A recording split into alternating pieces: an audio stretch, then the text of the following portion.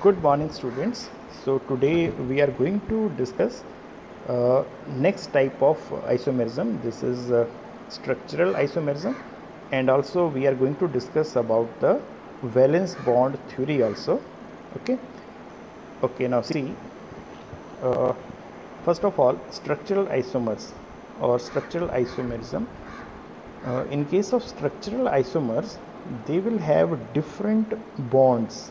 So in case of stereoisomerism, what we said that bonds are same, but here bonds will be different.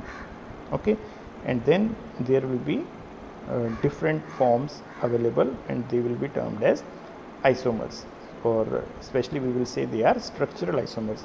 Now let us discuss them one by one. The very first is linkage isomerism. Now see, as the word linkage is there, it means this type of isomerism will arise in such coordination compounds where there is presence of ambidentate ligand. Now what is ambidentate ligand?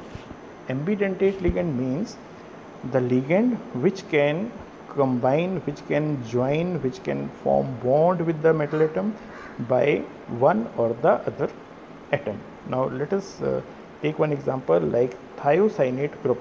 If thiocyanate is present as ligand, then it can join with N also, and it can join with S also. Okay, so if it joins with N, then it will be represented as M coordinate bond NCS, and if it joins with S, then it will be represented as M coordinate bond with SCN. Okay, now one scientist was there, he was named Jorgensen. He discovered such behavior in the complex. This is the complex CONH3 whole 5 NO2 within the bracket Cl2. This which is obtained as red, this was obtained as red, and in which the nitrite ligand is bound through oxygen. So when it was found red, then nitrite ligand is bound through oxygen, and it was found yellow when it was bonded with nitrogen. Okay, so what Jorgensen found that the compound is same, but it is found red. In such case, O was linked. Okay, this is the ambident ligand. NO2 is present, which is ambident ligand. So when O was linked, then it was found red, and when N was linked, then it was found yellow. Okay, so it means these two were isomers. Now see, let us take this example.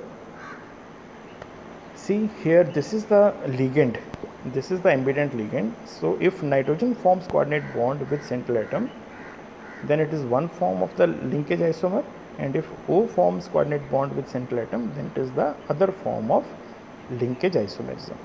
Okay, now second type of isomerism is coordination isomerism. Now see, in this isomerism, what is there? This type of isomerism arises from the interchange of ligands between cationic and anionic entities of different metal ions present in a complex. Now see, very first thing in case of coordination isomerism is that we have to take such example in which there are two coordination spheres.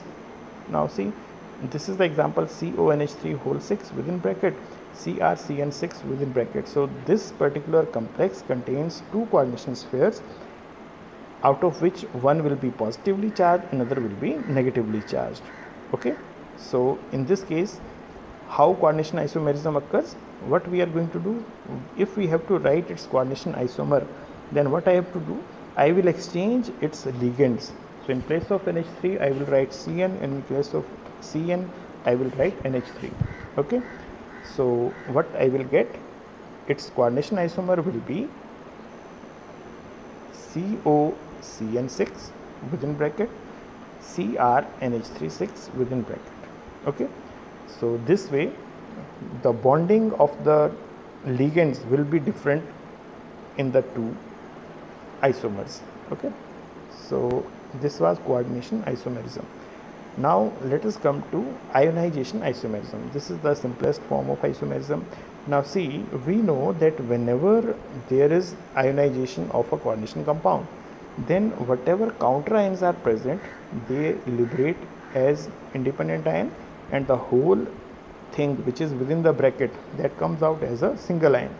So if in our compound we interchange the groups inside and outside the coordination sphere, then those forms will be ionization isomers, because in that case the ions formed will be different, but they will be having the same chemical formula. Just like what I have done, I have taken SO4 as ligand in first case and as a counter ion in second case. The overall formula is same.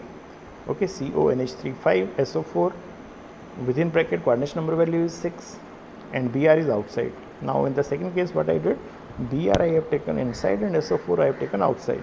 Now if I see the ions, then in first case what will be the ion? One ion will be Br negative and the other ion will be CONH3 whole 5 SO4 within bracket, and there will be positive charge. Okay.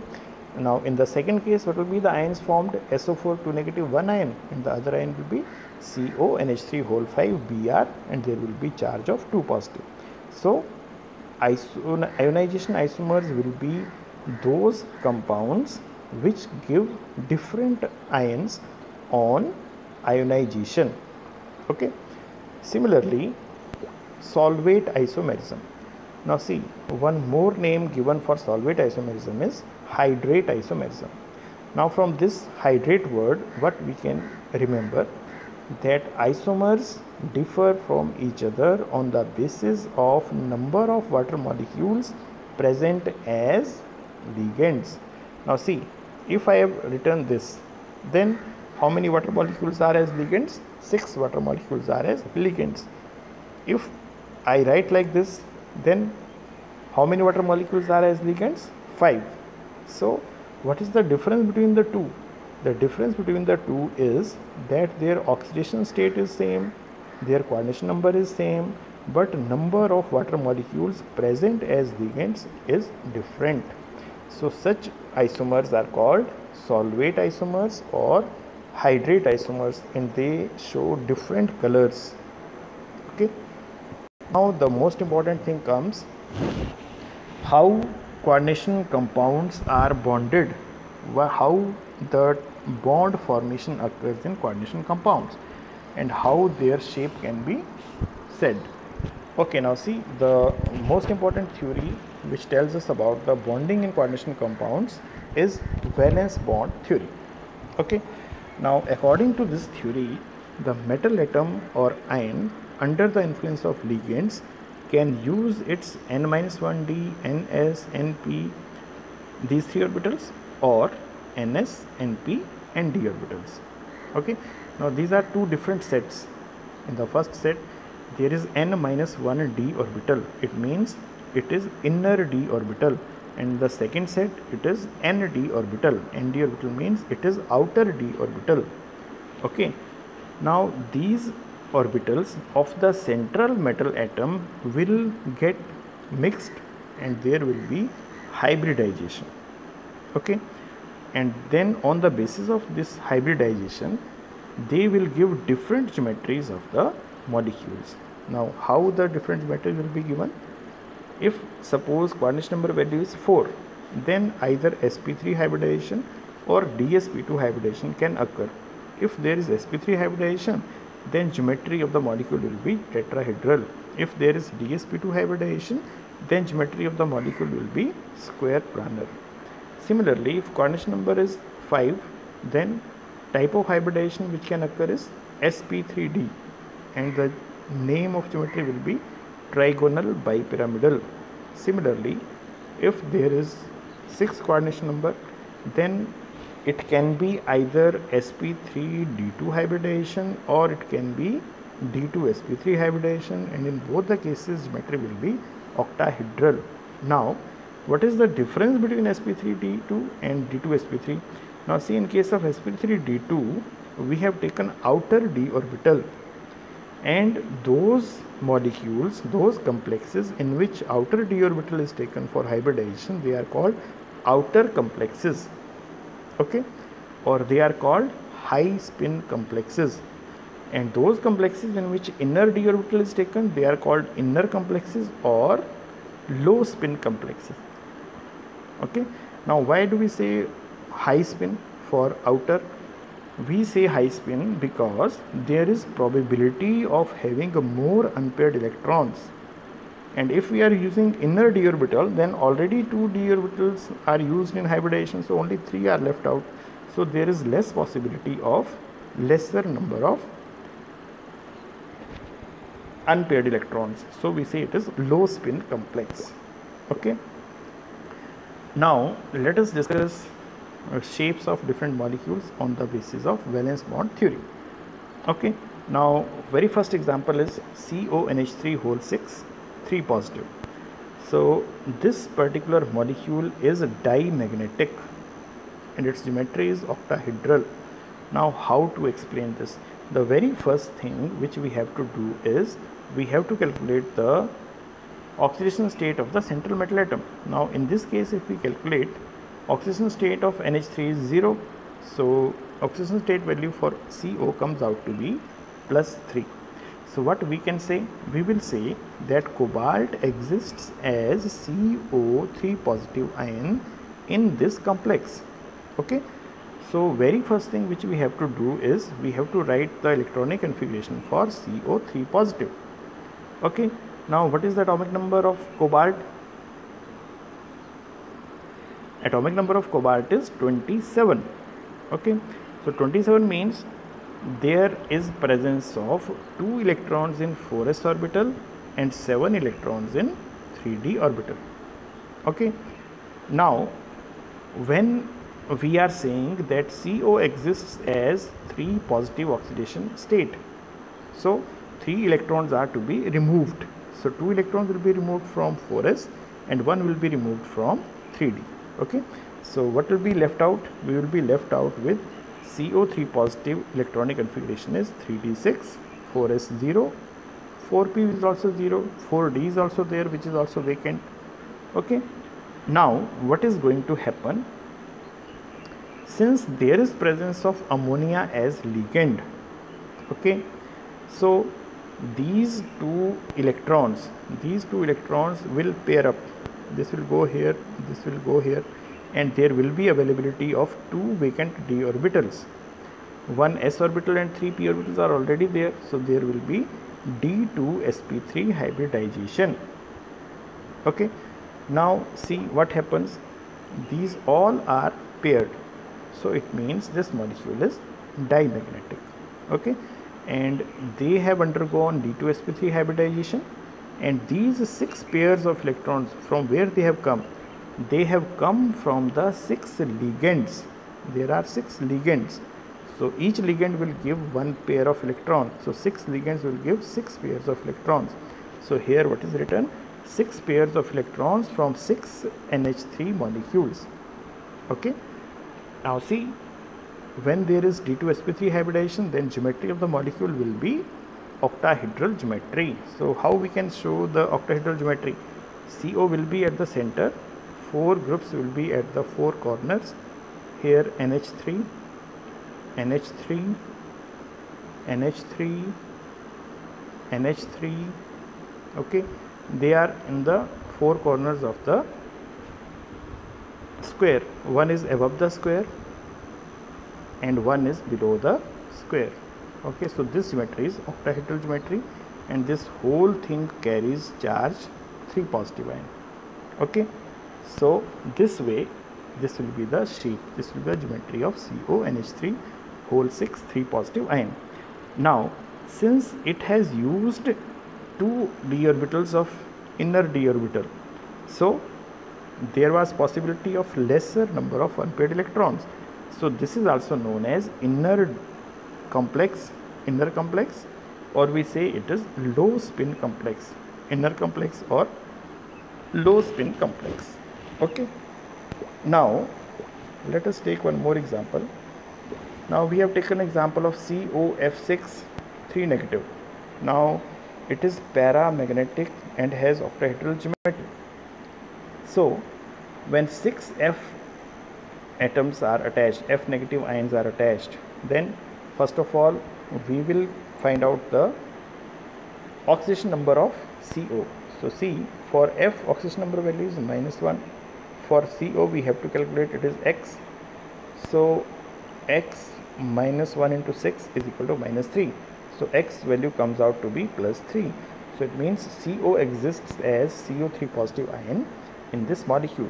Now see, when we look at the electronic configuration, then again there will be 6 electrons in 3D and these all will be vacant.